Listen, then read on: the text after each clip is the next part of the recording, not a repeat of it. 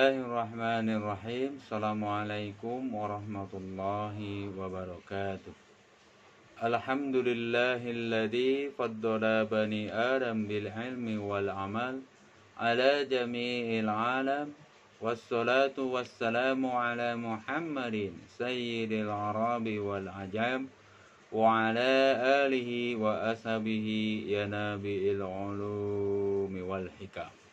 Amma ba'd. وقال الله تعالى في الكتاب الكريم أعوذ بالله من الشيطان الرجيم بسم الله الرحمن الرحيم ولا يحيطون بشيء من علمه إلا بما شاء. Hadirin jamaah kuliah duha Masjid Kampus 2 yang sama-sama mengharapkan ridho, anugerah, karunia, dan hikmah dari Allah Subhanahu wa Ta'ala. Pada kesempatan kali ini, izinkan saya menyampaikan satu ayat dari ayat kursi, petikan ayat dari ayat kursi yang telah saya bacakan di muka, yakni wala yuhituna bi syai'in min ilmihi illa bima syaa. Yang artinya, dan mereka tidak mengetahui sesuatu apapun tentang ilmunya melainkan apa yang Dia kehendaki, melainkan apa yang Allah kehendaki. Petikan ayat ini mengandaikan bahwa manusia sehebat apapun, sepintar apapun, tidak bisa menguasai seluruh ilmu yang dimiliki oleh Allah. Karena ilmu Allah adalah meliputi segala sesuatu yang ada di alam semesta ini. Ungkapan ini menunjukkan pada ayat lain bahwa Rabbana ma khalaqta hada batila subhanaka faqina adzabannar.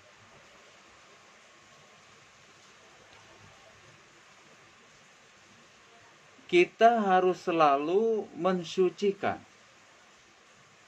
dan selalu menyebut dengan Maha Suci Allah yang telah menciptakan alam semesta tanpa suatu cacat dan pasti tidak dalam keadaan batil atau sia-sia. Sehingga semua ilmuwan senantiasa harus berdoa kepada Allah dijauhkan dari api neraka, artinya dijauhkan dari prasangka atas alam semesta, atas kesia-siaan atau keterjebakan kita pada suatu tujuan yang sifatnya duniawi. Pernah dikisahkan bahwa orang kafir Quraisy mendatangi kaum Yahudi. Apa tanda-tanda kenabian dan kerasulan Musa? Orang Yahudi menjawab, tongkat dan tangan putih bagi orang yang melihatnya. Lalu kafir Quraisy itu datang kepada kaum Nasrani. Apa tanda kenabian Nabi Isa? Yaitu menghidupkan orang yang mati. Lalu kaum kafir Quraisy menghadap Nabi Muhammad. Apa maksudnya? Mereka menyuruh mendoakan Nabi Muhammad kepada Allah agar mengubah Bukit Safa menjadi emas. Ini menunjukkan bahwa ada kekeliruan dalam cara pandang terhadap alam semesta di kalangan kaum kafir Quraisy. Mereka terjebak pada permintaan-permintaan bahwa mereka mengharapkan kejayaan dunia.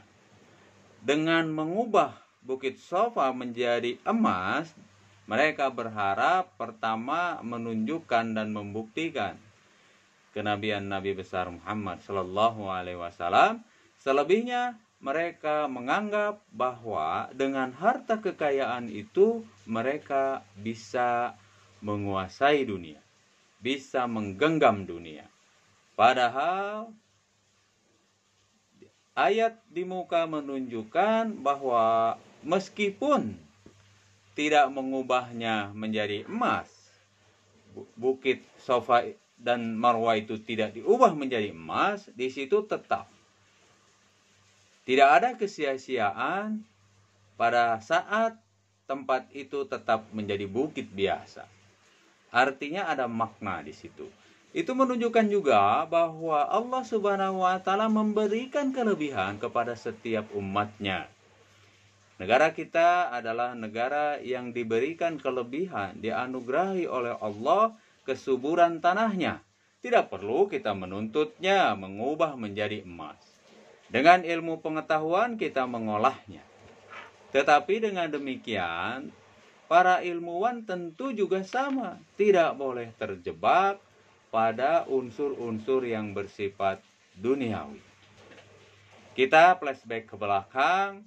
Ada seorang filsuf namanya Francis Bacon. Dia lahir tahun 1561, wafat 1626 pada usia 65 tahun. Beliau terkenal dengan pernyataan knowledge is a power. Pengetahuan adalah kekuasaan. Tanpa disadari, pernyataan ini menjebak Francis Bacon kepada urusan politik yang terlalu jauh. Sehingga para filsuf lain menganggap bahwa Francis Bacon telah terlalu disibukkan dengan urusannya sebagai duta besar, sebagai kepala rumah tangga kerajaan Inggris yang menyebabkan dia lupa dari jalur filosofnya untuk menentukan kebenarannya sendiri tanpa dipengaruhi oleh politik.